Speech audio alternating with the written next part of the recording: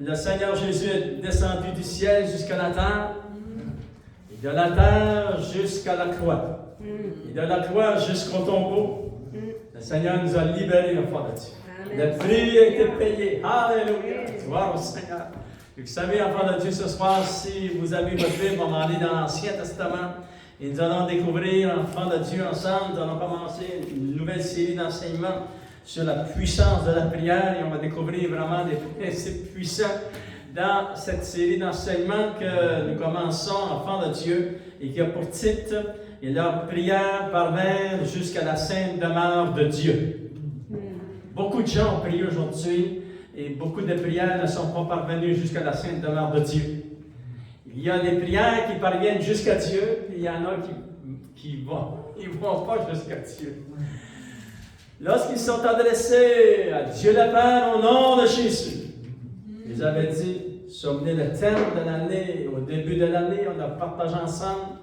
Enfants de Dieu, je vais vous encourager à l'écouter sur la chaîne YouTube, toute cette série d'enseignements que le Saint-Esprit avait placé dans mon cœur, qui avait pour titre le nom de Jésus. Lorsque vous priez, priez au nom de Jésus. Jésus nous l'avait enseigné. Il nous a amené des enseignements formidables, enfants de Dieu. Et tout ce qui est sorti de sa bouche, il n'y a aucune erreur qui est sortie de sa bouche. Tout ce que Jésus a dit à chaque jour, à chaque temps, à chaque minute, à chaque seconde, tout était parfait. Et tout était divin. Alléluia! C'est merveilleux de savoir que nous pouvons avoir confiance en tout ce que le Seigneur a dit, enfants de Dieu. Et toute la parole de Dieu est inspirée du Saint-Esprit. Gloire au Seigneur. Et lisons, si vous voulez, ensemble dans 2 Chroniques, chapitre 30, verset 22 jusqu'au verset 27. Et nous allons découvrir, enfants de Dieu, que lorsque ces hommes de Dieu ont prié, la prière parvint jusqu'à la sainte demeure de Dieu. Et nous voulons que nos prières parviennent jusque devant le trône de Dieu. Alléluia. Et c'est très important que lorsque vous priez, et plus que ça va aller plus proche de retour du Seigneur, nous voulons prier avec puissance, prier que nos prières parviennent jusque devant le trône de Dieu.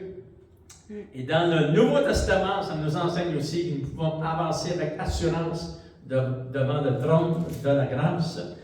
Mais j'aimerais qu'on puisse se placer dans le contexte de tout ce qui s'est passé ici dans le chapitre 29 et le chapitre 30.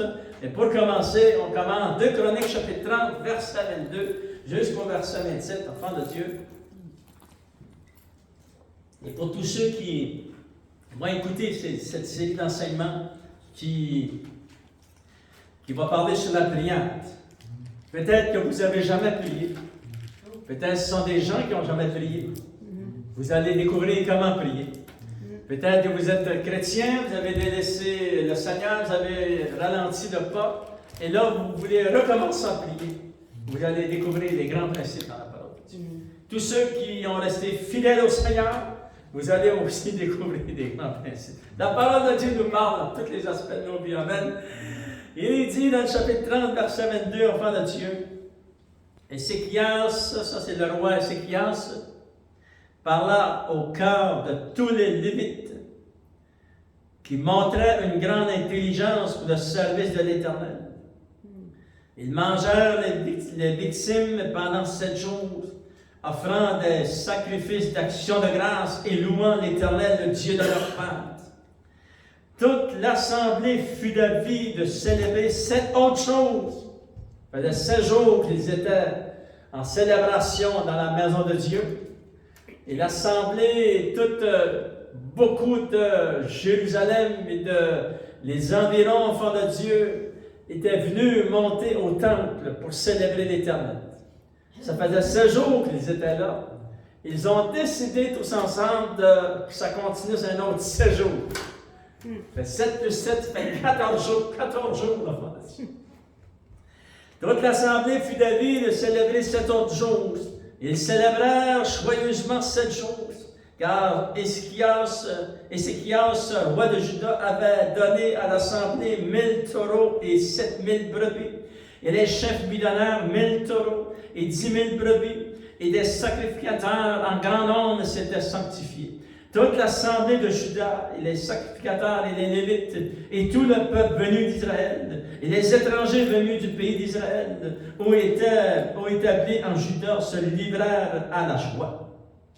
Il y eut à Jérusalem de grandes réjouissances, et depuis le temps de Salomon, fils de David, roi d'Israël, rien de semblable n'avait eu lieu dans Jérusalem.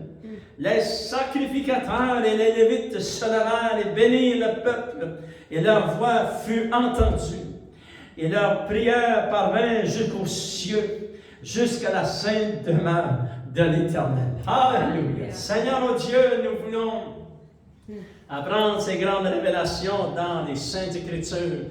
Et lorsque nous voulons ouvrir nos bouches pour t'adresser nos prières, nous voulons avoir l'assurance, nous aussi, Seigneur, oh Dieu, que nos prières parviennent jusque devant le trône de la grâce pour obtenir miséricorde comme ces gens ici. Seigneur, oh Dieu, ton peuple qui avait prié, Seigneur, et leur prière parvient jusqu'aux cieux, jusque devant la sainte demeure de notre Père et notre Dieu. Te demande de bénir la parole de Dieu à nos cœurs, et au nom de Jésus, nous t'avons prié. Amen. À lui soit la gloire. Alléluia. Nous allons découvrir ensemble, enfants de Dieu, que s'est-il passé pour que la prière parvienne jusqu'aux cieux, jusqu'à la sainte demeure de l'Éternel, notre Dieu. Alléluia.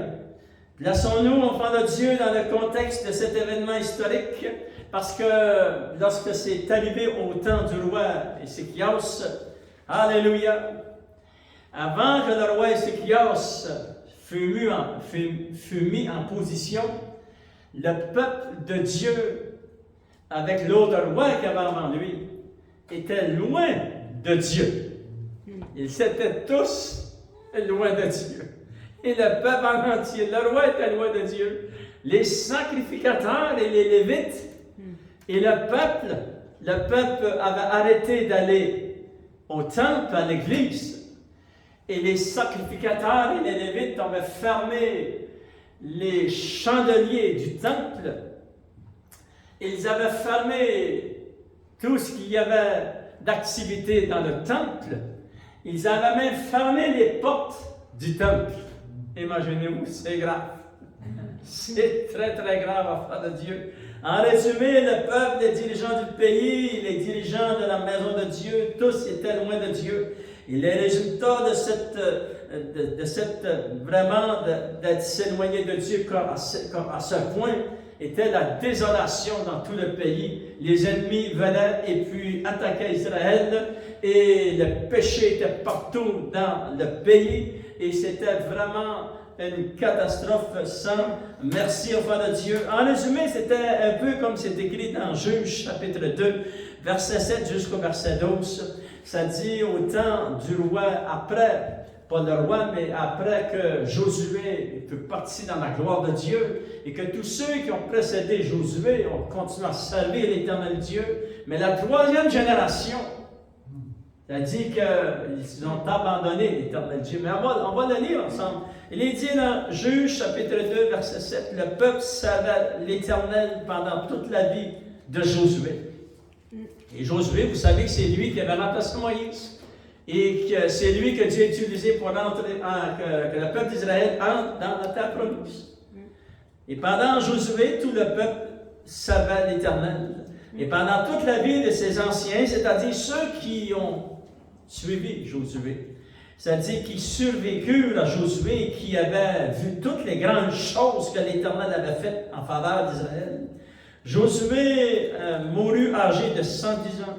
On l'ensevelit dans le territoire, etc. Verset 10, il est dit, toute cette génération fut recueillie, ceux aussi qui ont salué l'Éternel Dieu après Josué.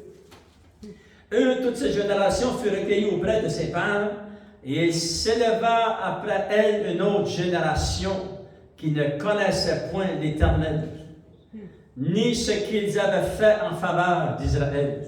C'est un peu semblable à nos pays aujourd'hui, qui ont sorti Dieu de tout ce qu'il pouvait y avoir de Dieu, dans nos écoles, dans nos places publiques, etc., etc.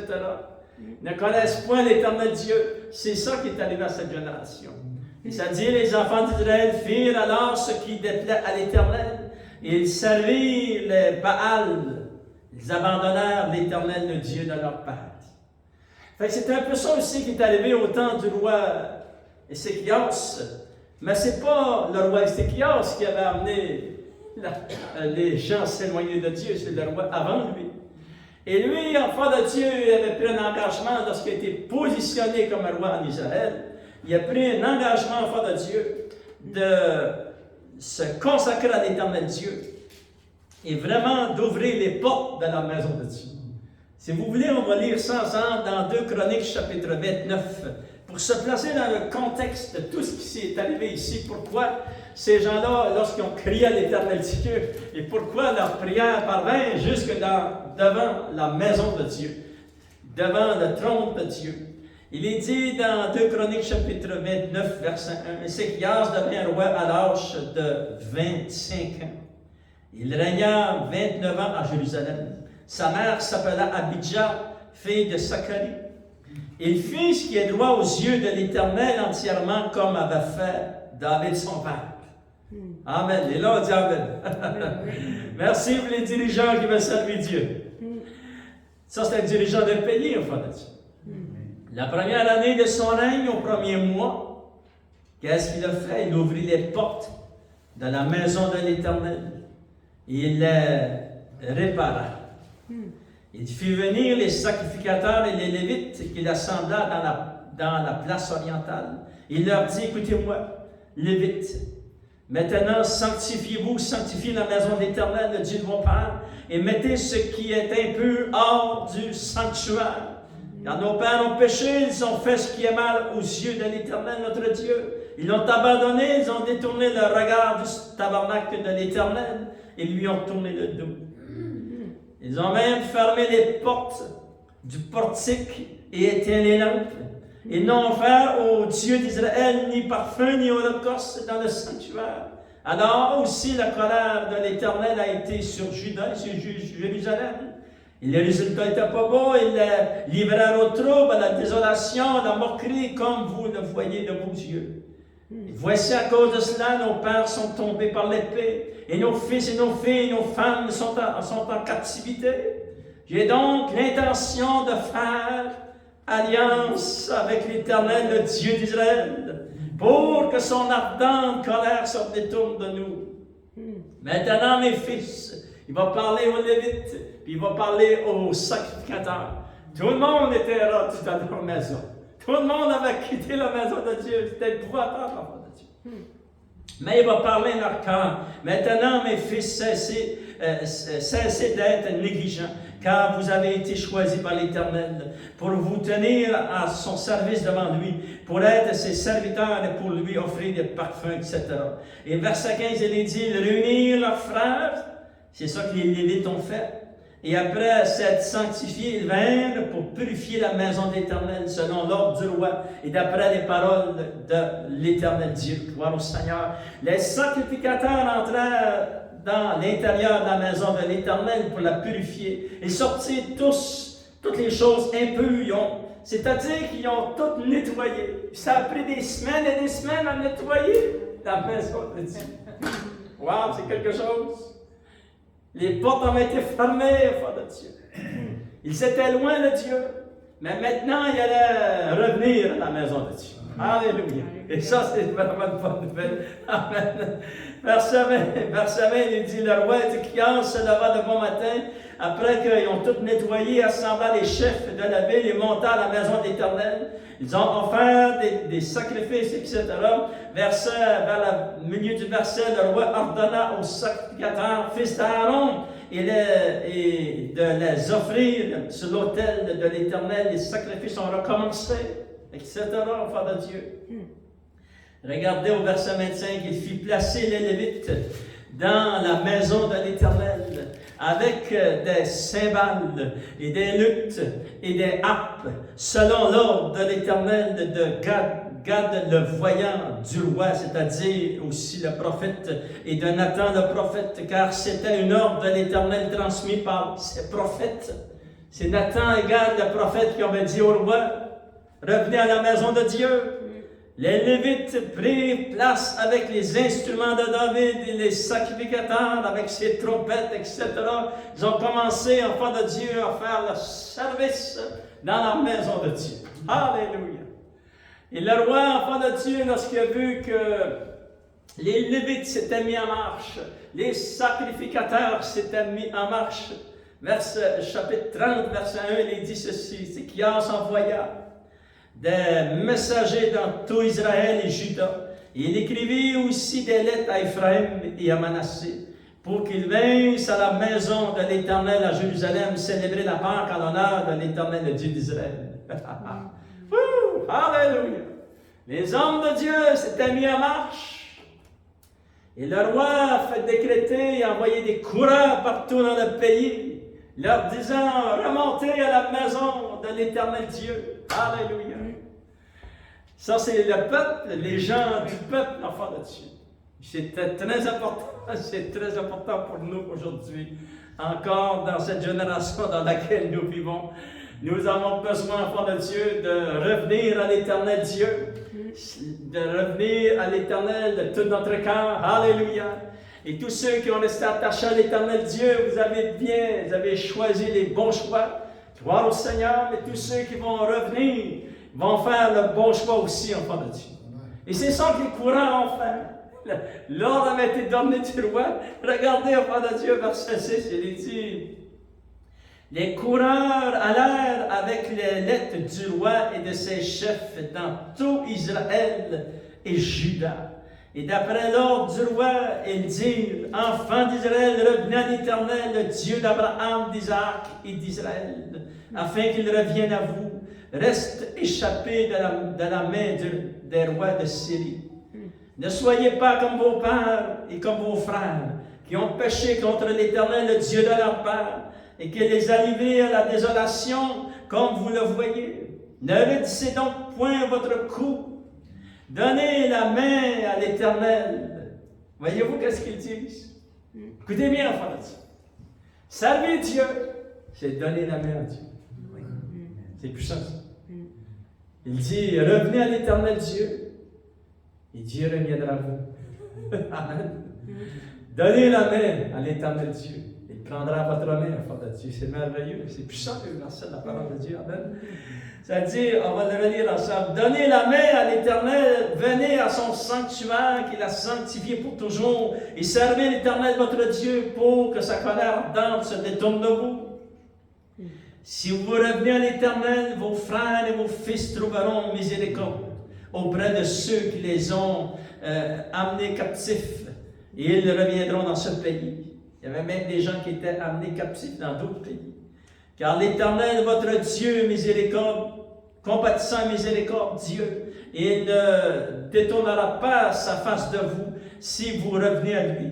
Et les coureurs qui ont été envoyés par le roi et les dirigeants de ces villes allèrent ainsi de ville en ville dans le pays d'Éphraïm et de Manassé jusqu'à Sabulon, mais on se riait et on se moquait d'eux. Un peu semblable aujourd'hui. On se moque des chrétiens, on se moque de la parole de Dieu. Et ces gens se sont moqués, voyez-vous.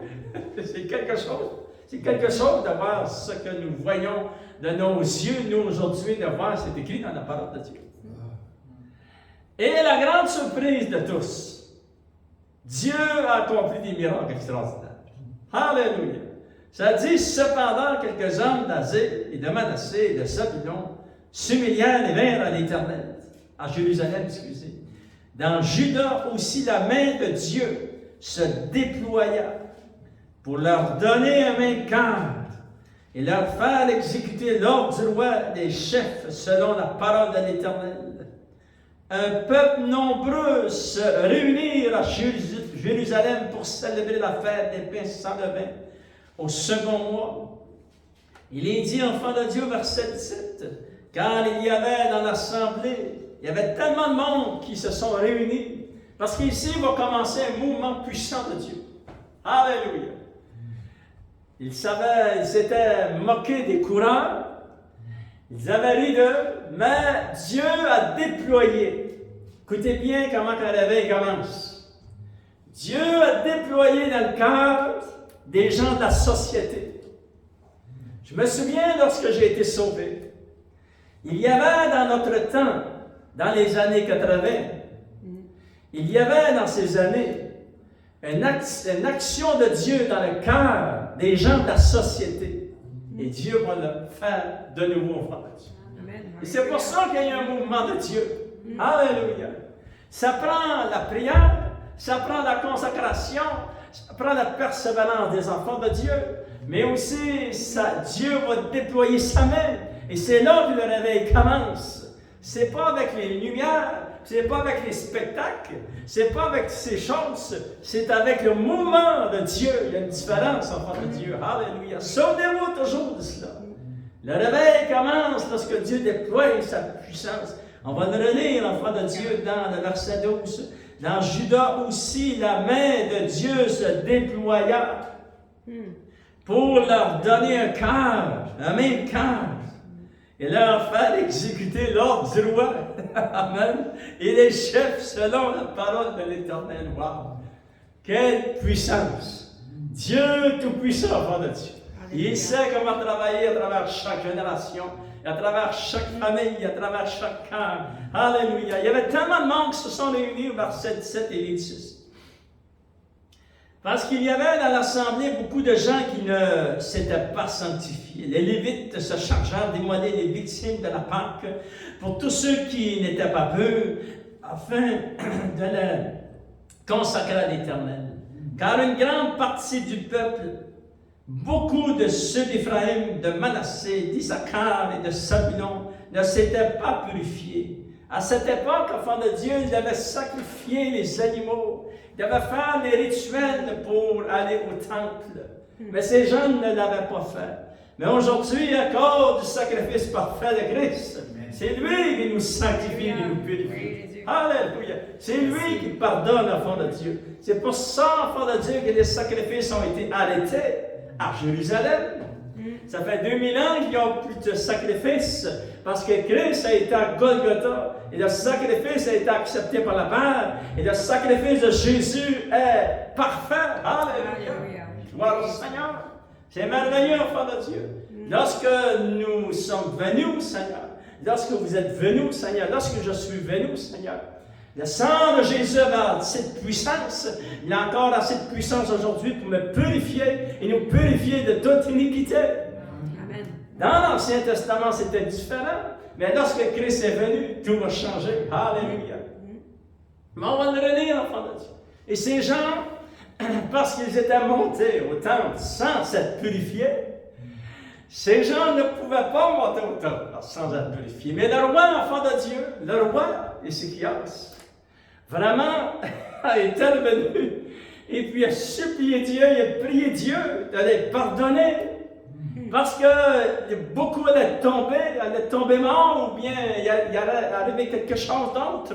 Et puis, regardez, enfant de Dieu, ça dit au verset 18, car une grande partie du peuple, beaucoup de ceux d'Éphraïm, etc., ne s'étaient pas purifiés, et ils mangeaient la Pâque sans se conformer à ce qui était écrit. Mais Ézéchias pria pour eux en disant, veille éternelle qui est bon, pardonnez à tous ceux qui ont appliqué leur cœur à chercher Dieu. Et l'Éternel, le Dieu de leur Père, quoiqu'il n'ait pas pratiqué la sainte purification. Et l'Éternel exauça Ézéchias. Et il pardonna au peuple. Quel miracle extraordinaire! Wow, enfant de Dieu, quel miracle merveilleux que nous voyons que Dieu a accompli afin que lorsqu'ils vont prier, lorsque les sacrificateurs et les lévites vont prier, leurs prières vont parvenir jusque devant la sainte demeure de Dieu. Jusque dans la sainte demeure de Dieu. C'était un puissant mouvement de Dieu qui allait commencer enfant de Dieu. Mais le peuple, par étapes, ont avancé, sont approchés de Dieu. Et là, le roi a dit, Seigneur, ils sont venus, ils ont appliqué leur cœur de chercher. Ils sont ignorants des choses de Dieu. Mais Seigneur, pardonne-leur, Seigneur. Et Dieu les a pardonnés.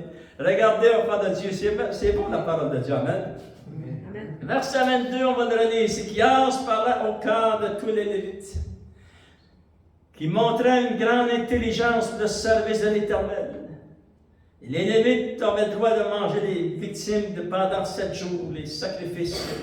Ça dit offrant des sacrifices d'action de grâce. Ils ont continué à louer l'Éternel, le Dieu de leur père. Et toute l'assemblée, imaginez-vous, enfants de Dieu, un peuple en entier, des milliers de personnes sont dans la maison de Dieu. Parce qu'ils ne peuvent pas tous rentrer dans le temple. Il n'y avait pas assez de place pour tout ce monde-là.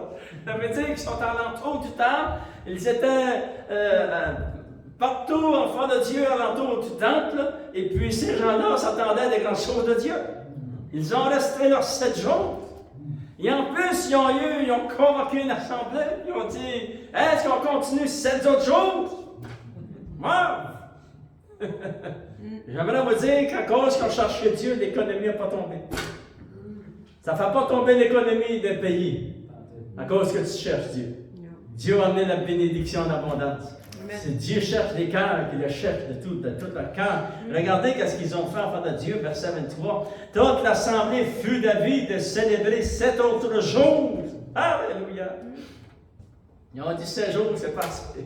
14 jours. Alléluia! Et ils célébrèrent joyeusement 7 autres jours. Car Ézéchias, le roi de Juda, avait donné à l'assemblée des milliers de taureaux à cette époque-là. C'était des sacrifices. Et puis ça dit, enfants de Dieu, il y eut, verset 26, il y eut à Jérusalem de grandes réjouissances, à un tel point depuis le temps de Salomon, fils de David, au temps de Salomon, si on fait le premier temple. Il y a eu des grandes réjouissances. C'était merveilleux, le temple de Dieu, enfant de Dieu. Et ça dit, enfant de Dieu, fils de David, le roi d'Israël, rien de semblable n'avait eu lieu dans Jérusalem. Et à cause de tout ce mouvement de Dieu, il y a eu la consacration des gens, mais aussi le mouvement de Dieu dans la main de Dieu. À cause de tout cela ensemble, parce que pour avoir un mouvement de Dieu, et lorsque Dieu touche quelqu'un, et lorsque Dieu touche une personne, ça dit dans la parole de Dieu, est-ce qu'ils reconnaîtront le jour que je vais les visiter? Dieu dit à tous les humains qui sont sur la terre, un jour, il t'a visité. S'il ne t'a pas visité, il va te visiter. Parce que Dieu est fidèle, il va te visiter d'une façon ou d'une autre. Il va faire un miracle. Et si, gloire à Dieu, tu peux dire oui à Dieu, tu vas découvrir qu'il avait fait un miracle, que c'était sa main qui avait intervenu en ta faveur. Mais si tu dis, c'était un hasard, peut-être que tu ne découvriras jamais Dieu. Mais Dieu pourtant t'a visité et il a travaillé dans ta vie. Alléluia! Et Dieu a étendu sa main. Gloire au Seigneur. Pourquoi ce miracle a-t-il eu lieu, enfant de Dieu? Il est dit au verset 27, on va le relire ensemble parce que c'est un verset puissant. Ça dit les sacrificateurs et les Lévites. Souvenez-vous d'où ils viennent. Ils avaient fermé les portes de la maison de Dieu. Ils étaient loin de Dieu, les sacrificateurs et les Lévites et le peuple. Mais jour après jour, se sont consacrés avec le roi, avec les dirigeants du pays. Puis on dit, on va monter à la maison de Dieu, puis on va nettoyer, puis on va ouvrir les portes. Alléluia. Il s'est dit, les sacrificateurs, après toutes ces journées, enfants de Dieu, les Lévites se levèrent et bénirent le peuple. Et leur voix fut entendue. Et leur prière parvint jusqu'aux cieux, jusqu'à la sainte demeure de l'Éternel. Alléluia. Gloire au Seigneur. Quel miracle extraordinaire, enfants de Dieu. Nous voyons ici dans les procédures de ce moment puissant de Dieu, enfant de Dieu. Première chose, nous voyons que le roi appelle le peuple à monter à la maison de Dieu. Verset 13, une foule immense va venir, enfants de Dieu, et un obstacle se présente devant eux, ne se sont pas purifiés. Et le roi va prier pour eux, et Dieu va pardonner. Amen. Le Seigneur a enlevé l'obstacle. Alléluia. Il fera la même chose pour nous aujourd'hui, enfants de Dieu. Il fera la même chose pour tous ceux qui vont venir au Seigneur. Alléluia. Le Seigneur veut pardonner et il va pardonner. Ézéchias, enfant de Dieu, a parla à ceux qui ont travaillé dans le temple. Ils se sont consacrés. Gloire au Seigneur. Le résultat a été merveilleux. La prière parvint jusque devant la maison de Dieu. Voici les étapes qui leur permettent de prier efficacement. Première chose qu'ils ont faite, l'appel a été lancé. Au verset 6, ça dit, revenez à l'Éternel, et l'Éternel reviendra à vous. Alléluia! Avec un cœur sincère. Ça fonctionne dans le royaume de Dieu avec un cœur sincère. Lorsque nous l'invoquons avec sincérité, il est dans les psaumes, dans l'Ancien et dans le Nouveau Testament, ça fonctionne avec un cœur sincère. Alléluia! Lorsque quelqu'un crie à Dieu, il est sincère, Dieu va entendre sa prière. Amen. Alléluia. Deuxième étape, enfants de Dieu, qu'ils ont vécu ces gens, verset 8, ça dit, donnez la main à l'Éternel. Ils ont donné la main à Dieu. Et Dieu a pris leur main. Alléluia. Parce que c'est lui qui va nous diriger à bon port, enfants de Dieu. Gloire au Seigneur, c'est merveilleux. Troisième chose, et le roi a dit, les sacrificateurs, les coureurs ont dit, venez au sanctuaire de Dieu. Alléluia. Quelle grande invitation de revenir à la maison de Dieu. Quatrième chose qu'ils ont dit, servez l'Éternel, votre Dieu, de tout votre cœur. Et c'est ça qu'ils ont fait. Ils ont servi l'Éternel Dieu. Et l'enfant de Dieu a déployé, vraiment mis en action un puissant mouvement de Dieu. Gloire au Seigneur. Dieu a déployé sa main. Dieu a pardonné, il est dit dans les Saintes Écritures. Le roi Ézéchias a prié et Dieu a intervenu en faveur de tout le peuple. Gloire au Seigneur. Et vous savez, enfant de Dieu, lorsque vous allez continuer à lire, vous pouvez continuer à lire chapitre 31, 32, et puis les autres chapitres, vous allez voir comment ils ont vu la puissance de Dieu. Tout cela, c'est comme un breakthrough qu'ils ont eu. Ils ont traversé à travers cette montagne vraiment d'obstacles, enfants de Dieu, mais grâce à la main de Dieu et grâce à des gens qui se sont engagés pour servir l'Éternel de tout leur cœur. Alléluia. Dieu a pardonné. Il y a une autre chose que nous voyons, mais j'aimerais vous le montrer, on puisse le lire ensemble, enfants de Dieu. Ça passe presque inaperçu, mais ça dit ceci. Les Lévites et les sacrificateurs louèrent l'Éternel avec les instruments qui retentissaient en son honneur. Alléluia! Lorsque vous venez dans la maison de Dieu, lorsque vous êtes chez vous, vous êtes en train de faire votre travail, louez le Seigneur de tout votre cœur et que les louanges qui sortent de votre cœur montent en l'honneur de votre Dieu et de votre Sauveur et de votre Seigneur qui s'appelle Jésus de Nazareth. Lèvons-nous, s'il vous plaît, ensemble, enfants de Dieu, et donnons une bonne main d'applaudissement, Seigneur, ce soir. Seigneur, oh Dieu, nous te remercions. Lève contre toi. Tu es tout puissant, Seigneur, oh Dieu. Alléluia. Et Seigneur, on est béni, Seigneur, que tu nous as pardonné. Et Seigneur, lorsque nous louons ton nom, nous chantons dans ton église, dans ton sanctuaire, nous le faisons pour toi, en l'honneur de notre Dieu. Alléluia. Parce que tu es le roi des rois, le Seigneur des seigneurs. Tu es notre sauveur et notre Seigneur. Alléluia. Tu es le premier et le dernier, l'alpha et l'oméga. Tu es le plus grand, Seigneur. Ton nom est élevé au-dessus de tout nom dans ce siècle présent. Et dans le siècle à venir, nous te donnons toute l'honneur, la gloire et la puissance, Seigneur, mon Dieu. Et Seigneur, nos prières parviennent jusque devant le trône de la grâce, à la sainte demeure de notre Dieu. Je prie maintenant au nom de Jésus, pour tous ceux qui vont t'accepter comme leur Sauveur et Seigneur, que tu puisses les transformer. Alléluia. Que de tout leur cœur, avec sincérité, et Seigneur, tu vas répondre au cri de leur cœur. Je prie pour chaque maison et chaque foyer au nom de Jésus. Je demande la bénédiction d'abondance sur chacun de nous. Protège nos enfants et nos petits-enfants, Seigneur, oh Dieu. Alléluia. Seigneur, tu es merveilleux. Nous te donnons l'honneur, la gloire et la puissance. Et au nom de Jésus, nous t'avons prié. Et tout le peuple de Dieu dit Amen. Dieu est mon enfant de Dieu. Alléluia. Que la paix, la gloire du Seigneur soit avec vous. Allez dans la paix et la joie de votre Maître. Gloire au Seigneur.